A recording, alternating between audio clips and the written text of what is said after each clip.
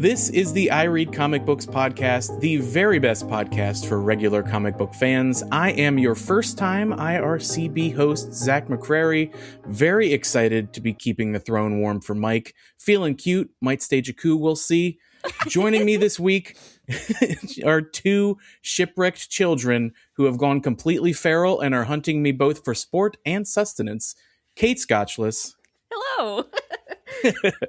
And Kara Zamborski. And we would enjoy every bite. I appreciate that. Thank you. You're just the tasty little snack. And thank you both for being here today with me to record something a little outside of the normal format, something that I believe we have done before on the show, but never with us. So we're talking Desert Island Comics. That classic question. If you were stranded on a desert island and could only have two comic books there with you, what would they be? And before we get started, I have two legally mandated questions that I absolutely must ask. How have you been, and how have comic books been? Kara, why don't we start with you? Oh, Zach. How am I? Well, I have been on a brief hiatus from the show because between the holidays and me moving, I thought that's too many things. Too many questions around technology. So I took a little winter break, and I'm excited to be back. And I'm excited that this is my my return. What a return! What a great topic to talk about. Thank you for choosing. And how have comic books been? I have once again stepped foot into a real, physical, local comic shop. Everyone be so proud of me. Nice. What? I know. But not to pick up, I picked up one floppy around my birthday. I went and I had the opportunity to pick out some comic books for a birthday present. So I selected a Valentine's Day special that is Scrooge McDuck Valentine's Day special. And I'm like, of course I'm going to read this. And it's basically like, what if Scrooge McDuck and his nemesis Magica De Spell like got hit by a falling in love with you spell and were like the world's new power couple. It's so cute. Classic. And I also got to pick out a Catwoman omnibus, and that's like the woman at the shop counter who was selling it said that it was like, I just have not been paying attention to big two publications, and she was saying that DC basically like caught up to Marvel releasing like more affordable omnibuses of older comic books that might not be like as like, oh my god, this saga you must read. It's just like a random collection of Catwoman comics from the 90s. But Kara lore, in high school, I read every friggin' Catwoman book that my library had. Okay, I developed opinions about. There was like a history of Catwoman book that DC put out, I think called 9 Lives of a Feline Fatale, and it like gave you a little intro to all of her different like eras and costumes and stuff like that. And I have great affinity for her costume in the early 90s, which is like, it's basically, she's not wearing clothes. Like she is wearing clothes, but it's like that, like painted on. It's basically painted on. Like you can see everything. Like if they could have gotten away with it, they would have shown areola on this costume. Like she's just like all in. She's like head to toe purple. She's wearing like thigh-high black boots that at one point were like stilettos, and then I think somebody was like, no, this is dumb, and they made them flat. And like her hair is like streaming out of this. And you're thinking, Kara, this is the kind of costume you hate. Yeah, but I can't help what my adolescent brain fixated on as being cool. Like, you know. So this omnibus is like a collection of her stories from that era. So that is a delight. And I'm talking about comics I'm not even talking about for the desert island. I'm just like jazzed that this is something I into that. Yeah. So this prompt really made me think perhaps a little too deeply, because I was like, wait, I'm stuck on a desert island. What do I like need emotionally out of a desert island comic book? Do I need Right. it to be practical? Do I need it to be like one of those comics that like teaches you actual things so that I can like have a resource? Do I need it to be like something that I will reread a million times and like dig into? And my first thought was like, no, I want an imaginary friend with me. So I picked for my first book, Tintin, and specifically The Secret of the Unicorn, which is one of two, like there were a few Tintin books that were like in a duology. And so this is one of those. But I just, it's like Secret of the Unicorn and Red Rackham's Treasure. And I love them both, but they're both about like, we're finding a treasure map. Like we're on an island, we're going treasure hunting. And, so it's like, the idea of having a comic book to read that's about like being on an island, because like when I think desert island or like being on an island with a comic book, I'm thinking like tropical, I'm thinking like Robinson Crusoe. So I thought, oh, how nice to have something in that vein. And now that I'm saying all this aloud, I realized the book I meant to write was Red Rackham's Treasure, because that's the one with the submarine that's shaped like a shark. They're like in a tiny little 2-person submarine that looks like a shark so that they can dive and find the treasure. I meant to say Red Rackham's Treasure. I want that. Right. So it's like you get to be on the island with Tintin, the boy reporter / adventurer. Tintin is a reporter in the same way that Indiana Jones is an archaeologist. Like it's just like obligatory backstory to get them to the exotic locations that they want to going to be in. Of course. And he's there with like Captain Haddock, his drunk as fuck buddy, and like no, I did not mean that phrase that way. His friend. They do not have chemistry. I say this as his a slash friend shipper who imbibes alcohol. Yes. So it's like they're on an adventure. So I thought, oh, this is a book that I read many times as a child, like in chairs pushed together to be a ship, like pretending that I was on this adventure. It would be like familiarity and like a new setting. And it's just a beautiful book. Like Hergé, who created the Tintin series, his style is called ligne claire, and it's basically like very clean, which is literally translated to clean lines. And so there's like no shading whatsoever. It's just the inked outlines of the characters and the things and the places. They're very detail oriented. He was very into like machines and cars and depicting them accurately. And then all the colors are just like this very visually satisfying color palette that's like, it's like in between pastel and jewel tone. So I just thought on so many levels, this book would emotionally and psychologically sustain me through a desert island stranded experience. So that is my first pick.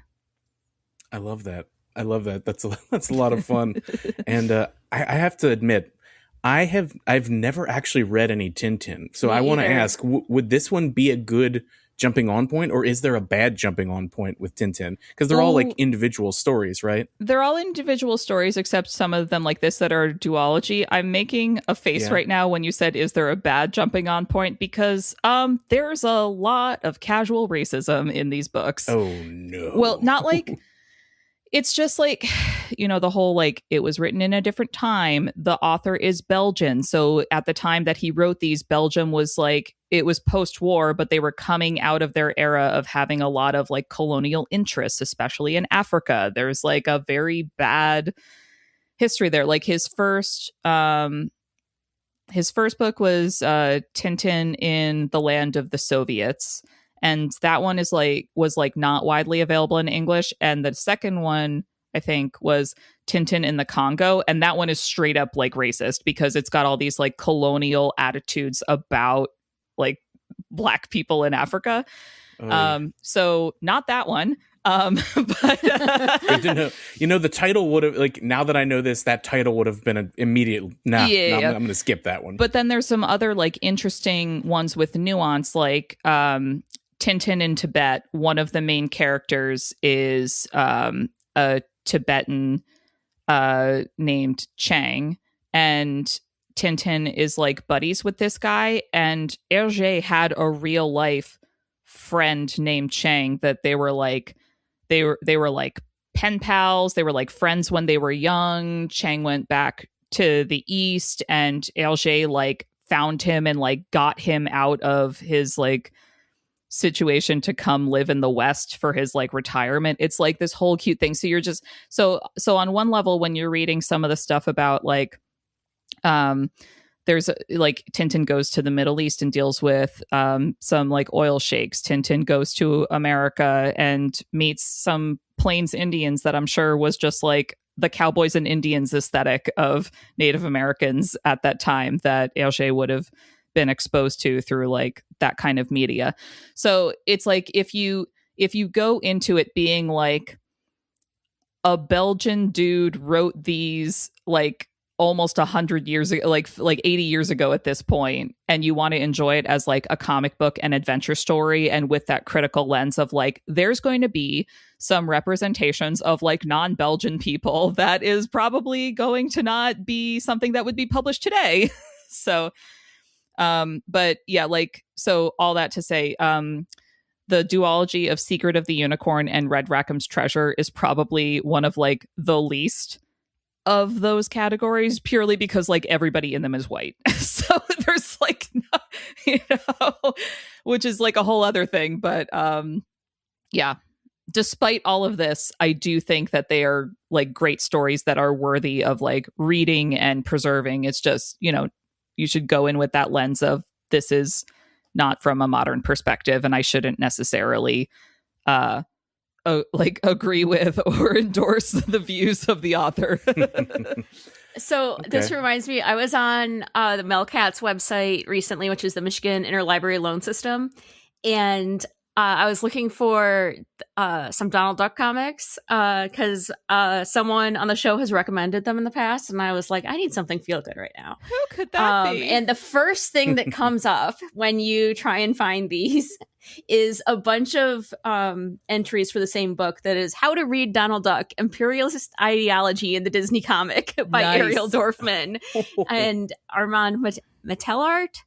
And I don't know how to pronounce that last name, but it's a whole book on how imperialist Donald Duck is. And I have to read this. I have to read this immediately. It came out in 2018. So, yeah. Or 2019. Cool. Maybe this is hardcover versus paperback edition. The different entries say different years. But I mean, anyway. This makes sense to me because I recently learned that like this seems so obvious in retrospect, but it's like you have to have it re-explained to you. Like Donald Duck is a sailor, right? Because he's in the U.S. Navy, because he was in U.S. Navy like wartime propaganda reels in World War II and the Korean War, you know? Like like you do. Right. Exactly. Well, Kait, I have those same two questions for you. How you been? How comics been? And let us know, what is your first book that you would be taking to a desert island with you? I'm good. The grind is grinding, as it were, with always various submission deadlines and grant deadlines and stuff coming up. Everything got frozen by Trump funding issues with all our, NSF grants and stuff like that, and NASA funding. And then it all got unfrozen at once. So instead of being like staggered out throughout the year of what's opening and closing, everything suddenly is opening and closing at once, which has been a real kind of thing. But other than that, it's going good. My first pick is I'm sorry, but I won. Like, I won this. But as soon as I thought of this, I was like, I won this episode because I found the perfect book to take to the desert island. It is the perfect read, and it doubles as a weapon. The Bone Omnibus by Jeff Smith does everything you could want from one book you'll be living with forever. It's huge, immersive, it's endlessly rereadable, and it's both comforting and epic, and you can lose yourself in it. It's fantastic. When I tell you it's enormous, it is 1,360 pages, containing 55 issues. This thing, when you pick it up, I have it on my shelf. It's got to weigh like 9 pounds. You could kill a rat with it. It is. That said, it's nice to have on your shelf. It is horrible to try and read. If you actually buy this, get it on digital or something, or get the individual volumes. Although I don't think you can actually buy the original volumes anymore. You can only get the Scholastic versions that are edited for content that they didn't like gambling, and they're colorized, which to each their own. You may or may not like or prefer, but I do think there's something to be said for like the original artist's intentions and work, particularly like the cutting out some of the stuff like cigars and gambling and stuff that they are like, no, we're Scholastic. Especially, it's a cow race. They're gambling at a cow race. Come on. Just let the cow smoke. Yeah. So, in any case, this is not a nice one to read in your hand because it's so huge. But I could get over that when it's, counting as one comic for the sake of going on a desert island. When survival is on the line, Kate, you make sacrifices. Otherwise, Kindle version it or individual volumes it.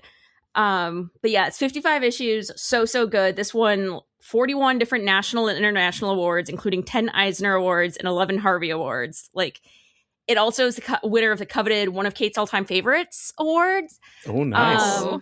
Right? Perfect. Like, it's hard to come by that one. But it's the quintessential desert island read because it's this whole immersive world to escape into, while being accessible enough to enjoy anytime, even when you're stressed, dehydrated, malnourished. It's got the comfort. It's got the depth. It is one of the best tones for that desert island, where it starts off warm and funny and then slowly grows stranger, darker, and more epic, just like your journey as a strandee. It's got like incredible range where it's like funny, it's creepy, it's adventurous, it's heartfelt, got all the mythic and fantasy lore, stuff like that. It appeals to different parts of your brain in that way too. Like, there's slapstick comedy, there's like the mysteries to dig into, big emotional payoffs. Like Kara talked about, yeah, the characters are what you want to hang out with, your friends, and they're the perfect long-term companions. You got Phone Bone, Phony Bone, Smiley Bone, Thorn, Grandma Ben, and the rat creatures, all memorable enough that spending endless time with them would still be fun. And then it's like genuinely all ages, so it's impossible to outgrow. Like, it meets you at different levels at different stages in your life. If you read this as a kid, like, it is still really, really good, if not better, returning to it as an adult. But it's a very different read as an adult. You know what I mean? Mm-hmm. Yeah, there's like stuff that kids won't notice that as an adult. Yeah, there's just a lot of depth there that you don't get as a kid that when you come back, it's like, oh, wow. And then I think that one of the biggest things is rereadability, right? If you only get 2 comics. So this is one that gets better the more times you read it instead of boring, because there's early jokes, small details, and character moments that land differently once you know where everything is going. There's like a lot of payoff of Easter eggs. And the comedy is genuinely funny in a very rereadable way that kind of quippy lines aren't necessarily, but slapstick is forever, right? And then Jeff Smith's like very clean, expressive cartooning is timeless, and the simplicity actually helps it stay really visually fresh over repeated reads. And then it's really immersive without being exhausting. Like I said, like you can be out of it and still really like this one, where some giant epics can feel heavy, but Bone gives you that full fantasy saga without being a chore to revisit or jump into. So basically, it's huge. It's hilarious. It'll make your heart swell with joy and love. Super readable. It's the perfect one. And you can get dinner with it. Yeah, I love that. You could easily, if you can catch some crabs, you could easily crack those shells. You crack the shell. You set up a little trap where your bone falls on a rat. There you go. Dinner. Yes, it's like hanging from a tree. It's like just drops on the rat. Oh, man. So that's our episode, guys. No reason to continue. We found it. We found the desert island pick. I mean, this remains a book that I have never read. So you're really selling it. Yeah, like I feel like the time Kira, is coming. You'd love it. I'm sure I would. This is what I was like, okay, but you just said it's 1,000 pages. Like, do you know how long my TBR is, Kait? Yeah. I understand, but while your books are packed, every library's children's section has the scholastics of these, like the full run. So you could go get the individual, like one volume at a time, and they are very, I mean, they're children's books, so they're very accessible, quick reads.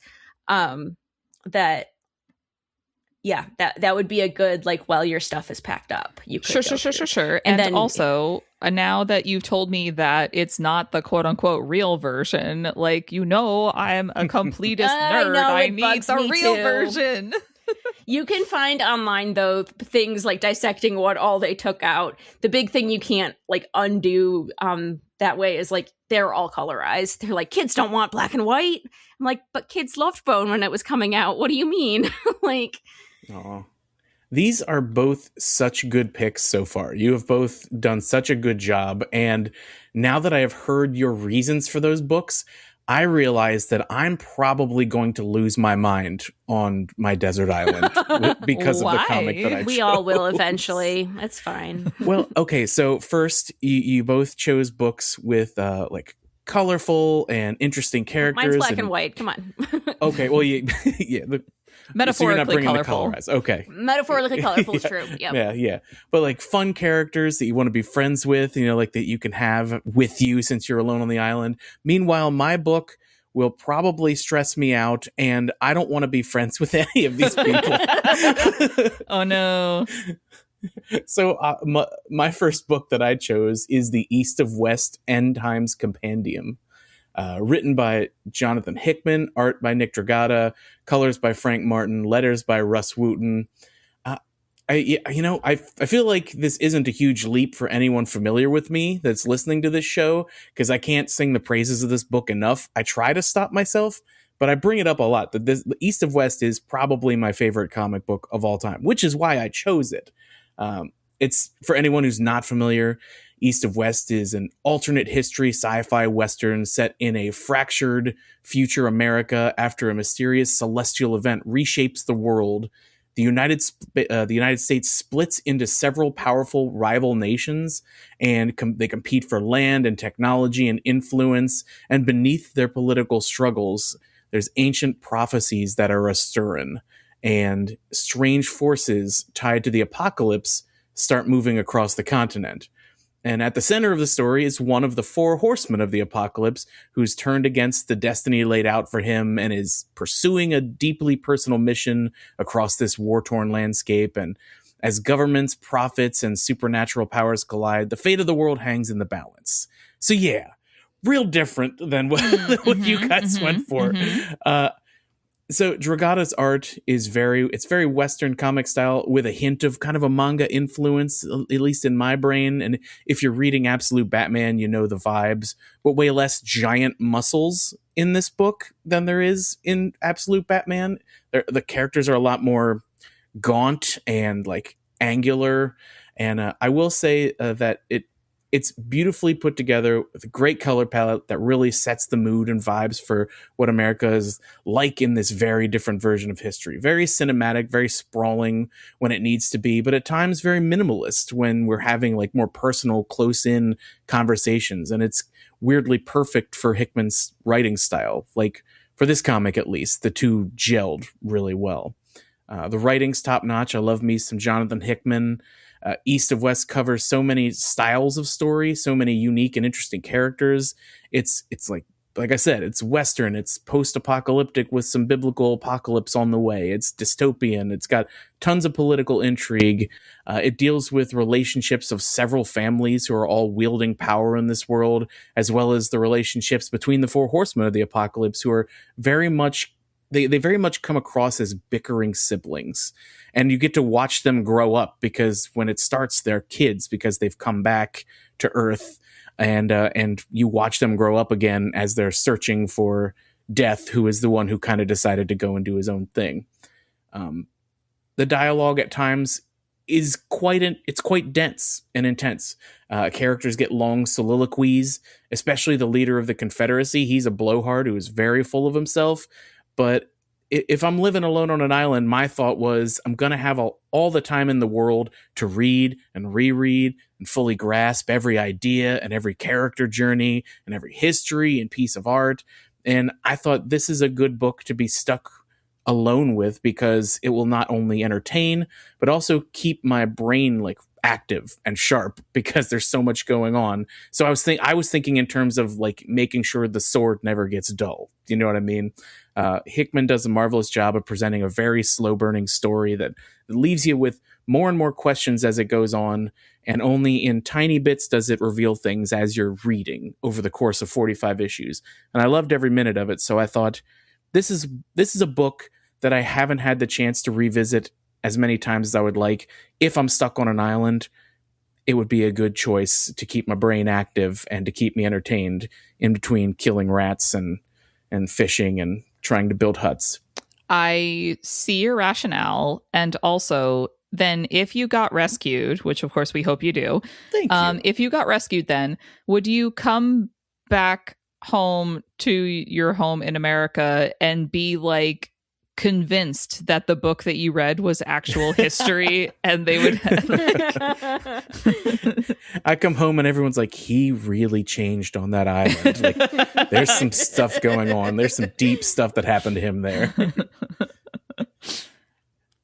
I'd like to think that I would at least be able to keep my brain. Hopefully the other book that I chose keeps me sane. And the stress and the work that is reading East of West will not destroy my mental faculties. But we'll see. We'll see once I'm stranded on that island. East of West is also a book that I haven't read, and I'm on the fence having heard your description, because on the one hand, I agree that it sounds like engaging and like good characters, but you kind of lost me a little bit with the soliloquy part, because I'm like, no, I don't want to read a block of text all at the same time. I'm having a moment in my life where I am like sick to death of expository dialogue. Oh yeah. Maybe wait until you feel like you need some of that in your life again. Okay. Then, because it's a very good story. The art is beautiful, and it moves, like the story moves, but there is a lot of conversation. And especially when the president of the Confederacy is there, you get blocks of text of all the things he thinks and how smart he is and how he knows what to do. He's very much that guy. And yeah, Hickman writes him that way. Okay. I wonder if you're saying that and I'm like, oh, that's John Galt and Ayn Rand's Atlas Shrugged. I wonder if there's a commentary in there, but maybe. I could see that. I could see that. Well, Kait, how about back to you? What is your second book that you're bringing along for the desert island? Is it also a weapon? It is not so much. It is hefty, but in comparison, not remotely close. But I had a similar thought to you of like something to keep your mind going and thinking about various concepts and just interesting. I also, for me, wanted a fantasy world escape and a sci-fi world escape. You got to get one for each. So I went with the Descender Omnibus that's written by Jeff Lemire, art by Dustin Nyan, and lettering by Steve Wands. This one gives you the length, the beauty, the heart, the whole universe to disappear into, quite literally. And it's huge. It collects 32 issues, but it's not literally heavy. But it's a strong, long form story. So it feels like you're bringing this entire saga instead of just a thin slice of a big epic story. And it's appropriate in that it's a story about isolation and survival and trying to find connection. If you haven't read it in a while or aren't familiar, it's about a boy robot who wakes up alone on an abandoned colony and has to figure out what's going on. And in this universe, there's been a pushback against robots and AI such that now they're banned. So he's being hunted by bounty hunters and stuff, while trying to figure out what's going on and making friends and enemies along the way, as it were. So it gives you ideas to chew on about humanity and artificial intelligence, fear and compassion. And you have nothing but time. So that's like ideal. You got to sit there and ponder stuff. It's this whole universe of robots, space travel, mysteries, different worlds to mentally live in, which I think is great. And then it has your friends. You have Tim21, our main little boy robot, who's a delight. Driller, who I love with all my heart. And Bandit, his little robot dog, who's adorable. Spending a lot of time with them would be rewarding, not repetitive. Like, the world is very rich in a way that you could catch new details, foreshadowing, and character beats with rereads, which I think is helpful to keep things interesting when you're going over and over a comic. And it balances the elements of like wonder and melancholy really well, which is nice in a long-term companion. Like, it's exciting without feeling shallow and sad without becoming miserable. And it's emotionally warm enough to still be comforting, which is a very, like, that's just great writing and art, right? Like, that is so hard to do.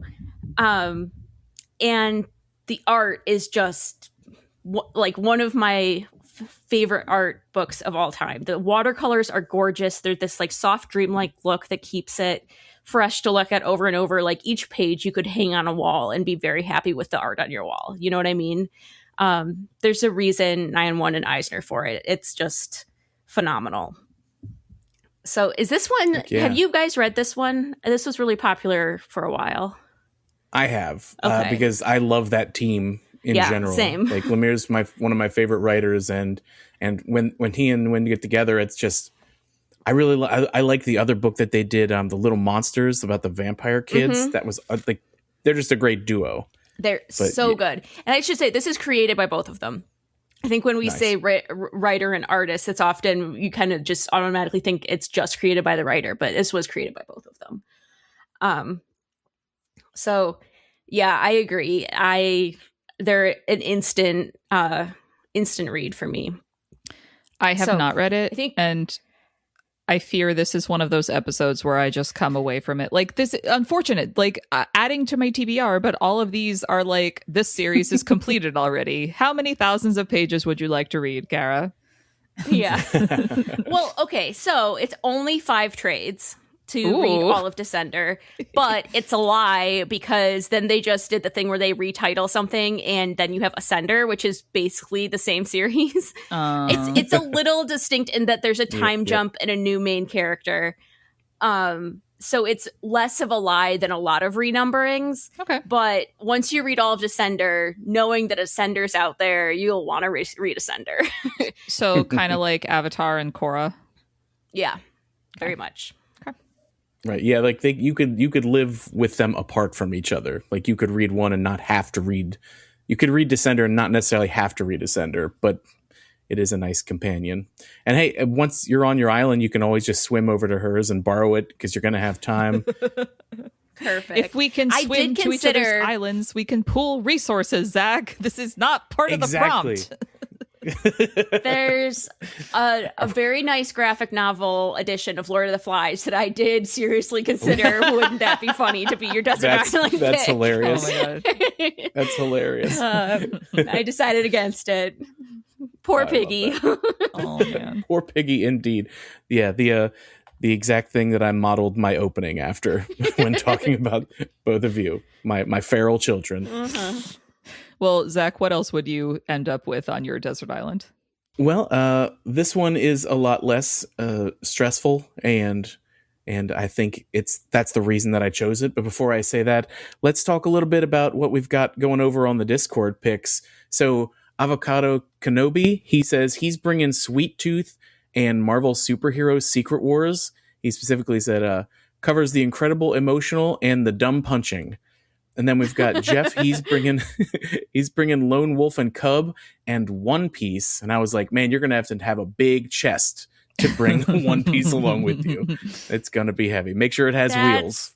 Yeah. Okay. Hang on. We need limits. You can't bring 100 something. I limited it to things that exist in omnibus form. But I should have given them like the further prompt that we discussed. If Jeff was on a freight ship, like a shipping ship full of shipping containers, and go. one of the shipping containers was just entirely filled with One Piece manga. That's plausible. That is the situation in which he could be on an island with One Piece. Yes, there we go. The freighters coming from Japan delivering manga to America, and boom, crashes. Luckily, he's got lots of One Piece. Also, Kyle He could use the One Piece to build a shelter. There we go. It's perfect. Everything works out. He'll build just a giant palace of One Piece, because there's enough issues that you could build a very nice home. Very affordable. So Kyle also said that they want Giant Days, Hellboy, and Love and Rockets. And I did not say there was a limit. He makes a very good point. My bad. All right, so my next choice is New 52 Wonder Woman, specifically from Brian Azzarello, Cliff Chang, colors by Matt Wilson, letters by Jared K. Fletcher. Look, I know that the New 52 was a mixed bag. Not on that book. That nope. series was banger. Yep, I am definitely a New 52 apologist, and this is one of the ones that I point to whenever I would do that. Very few who read it could say that Wonder Woman was not one of the shining beacons to come out of that initiative. Taking her back to her roots in mythology, having her constantly interacting with all the various gods of the Greek pantheon. Cliff Chang's interpretations of the gods are so much fun and really make them unique to this book. Like one of my personal favorites was Hades, which is just like, he has him as this little kid in like a schoolboy uniform, and his head is just a melting candle. I just love that interpretation of Hades. And or Poseidon as just being a giant Leviathan creature who you have to go inside of to talk to a like hologram version of him that is normal size. It's very strange. I love the interpretations of the gods in this book. I love what Chang does with the comic. And yeah, there's one or two issues with guest artists, but he's the prime guy. His style for the book is just the right amount of classic comic with a modern twist. The thick line art, the thick line work kind of made the art at times feel like the kinds of scenes you'd see painted on the sides of Greek and Roman pottery. At least in my brain it did. And I don't know if he did that on purpose, but especially with the way people are posed sometimes, or on like well-preserved walls. It just really worked for the story that was being told. And for me, like, that's really important. Like, I find myself pulled out if the art and the story aren't aligned. And the story being told was masterfully done over several arcs as we follow Wonder Woman trying to protect a girl who's pregnant with the child of Zeus. Surprise, surprise. This child is important and has a lot of political importance among the gods. And so they are after this baby. And this child, that's like the one thing like that kind of goes through is the protecting the baby. And the other thing that's funny is the gods are treated like this dysfunctional royal family who are always at odds with one another and mostly never agree on anything, which adds to a fun element in the story as it unfolds. And Wonder Woman gets help from some and also has to fight some of them. And of course they're backstabbing each other. And there's a lot going on and a lot of characters. And the story also goes super far into taking Wonder Woman and changing the mythology for the better, in my opinion. It takes her and makes her fully part of the pantheon, not just made from clay or whatever. She's a true blood daughter of Zeus and stands toe to toe with her half siblings. And the stuff we saw in the first Wonder Woman movie, the good one, the good one. The good Much one. of that version of Wonder Woman was definitely more inspired by the Azzarello run. Not the story, but the character itself. Yeah. Because the story is very different. But yeah, it's one of my favorite DC stories ever. This is so interesting to me because I felt emotionally betrayed by DC for doing the New 52 after I had just felt like I had a handle on everything and how it worked and who was who. Okay.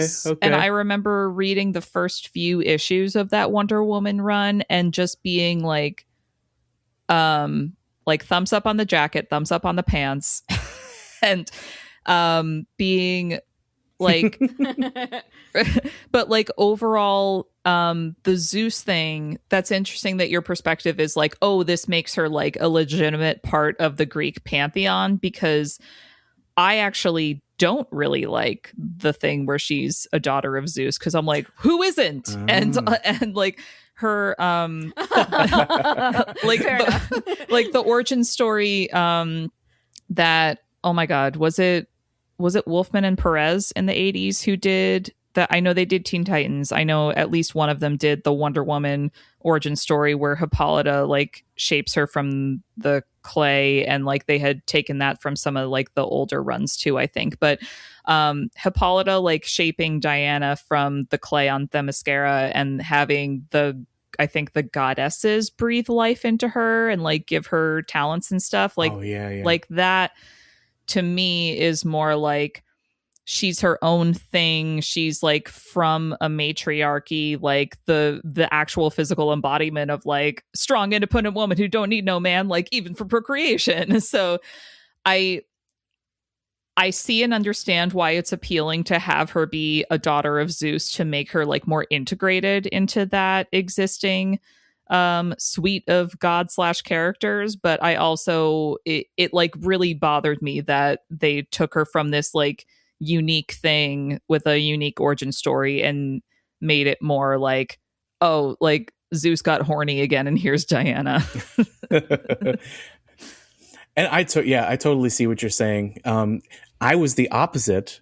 And I think the reason that I like this is because this was basically my introduction to Wonder Woman comics, because the New 52 was my gateway to be like, oh, maybe I'll try some DC stuff other than Batman. Because I grew up a Marvel kid. And at that point when that happened, I was exactly what they were trying to grab. They were like, we need new people who don't want to deal with continuity. So they got you and lost me. And they got so, which is the problem with the New 52 ultimately as a whole. But maybe, honestly, maybe I would feel different if I had already come in and was familiar with the backstory that you said. And I don't know. But I love the conversations I like both, we have here. But it's good stuff. But okay, Kara, why don't you tell us your final pick for your desert island?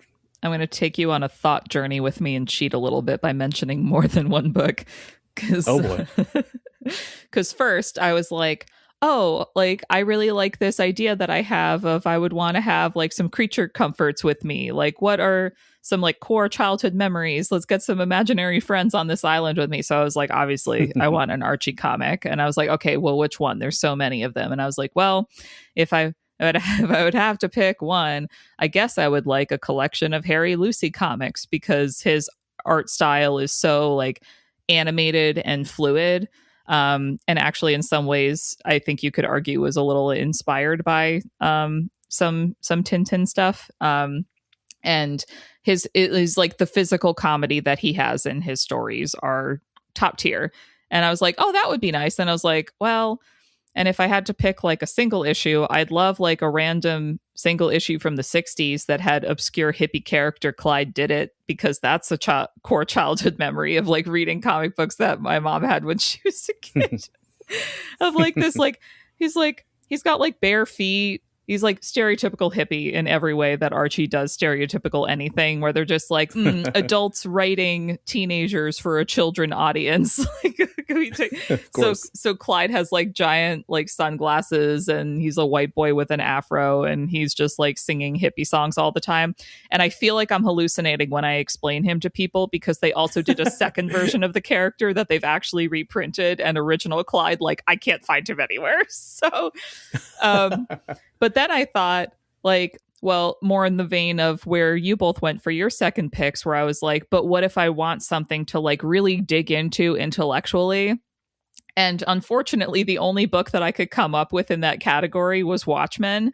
And I am like truly ambivalent about Watchmen. But then I started thinking, what if I would be stuck on this island for so long and have to reread the same books for so long that I would end up hating the books and the characters and wanting to never go near them again because of trauma response? So then wouldn't I want to pick something that I already either don't like or am ambivalent about, so that when I hopefully escape and get back to civilization, that it would be something that I would just never have to deal with again. And then I thought, wait, we're going back to the original conceit. How did I end up on this island? Because you wouldn't be able to pick the books that you had with you in this scenario. It would just be a crapshoot of fate. Like, what do you have on you at the time? And so I thought, well, realistically, that would be the comic book that's on the top of my pile. And that, for me, is the Gail Simone Birds of Prey Omnibus Volume 1, which I bought for myself at Christmas and haven't read yet. Which, like, that would be the most, like, realistic thing that I would have on hand. And that one falls into the category of Kate's first pick, where I could use it as a weapon, because that omnibus is a chunk of a book. So that was my emotional journey on this one. So I think if I have to pick, like, realistically, I got stranded without planning, it would be the Gail Simone Birds of Prey Omnibus, which I do love that story. That's why I bought it. So I feel like that would be a good, like, lengthy piece of media that I consume and still fall under the, like, I would like these ladies to be my friends category. Absolutely. But I did like the intellectual exercise of, like, would it be better actually to have a book that would be intellectually stimulating, but also you hate and would end up hating more? That is so interesting. Like, yeah, because you take a book that you love, and by the time you go home, if you read it again, all it does is make you feel weird and, like, scared and like full on trauma response. Yeah, hungry, angry, everything. You see yourself beating rats to death constantly, and it, like, really makes you feel bad. And yeah, maybe you want to take books that you can't stand so that you can just continue not liking them after. Hopefully you get found, and then you can go back to reading books that you enjoy. Like, would my rage motivate me to getting off the island faster? Would I just be like, fuck this book, I'm not reading one more page, I am getting off this island, I am burning it, it is becoming the smoke signal that will save me? If I have to read one more fucking word out of Asmodeus's mouth, I'm going to kill every rat on this island, and then I'm going to starve. If I've learned anything from fiction in which people only have one thing to reread over and over, a la Station 11, it's that it will become a religion and you will become its cult leader. And I think Watchmen is not the best religion to pick, but okay, I am here for the religion of Tintin. I'll go back to the religion of Archie. I'll make everybody be, like, a designated sect based on the characters that populate Riverdale High. I love this. This. The malt shop is your church. Well, this has been a lot of fun. Thank you both for taking part in this with me. I think that's about it for us today. Do we get off the island, Zach? Well, we're all dead. But no! Then, like, in the last... I'm not a survivor. Let's be real. This all happened. Break, I'm a goner. This all happened in the last moments before we succumbed to the eternal darkness. Yes, as the plane is going down, we're all thinking about, okay, if I survive, I've got this book with me. Okay, I've got Archie. Wait, no, I don't have Archie. I have Watchmen. Damn it! Why did I bring Watchmen of all books? No, yeah, this has been a great time. Thank you both for taking part in this, and thanks to Brian for proof listening. Thank you to Zander for being one of the beacons of Gondor, protecting our podcast from the darkness of bad editing, and thanks to everyone out there listening. And until next time, comics are good, so are you.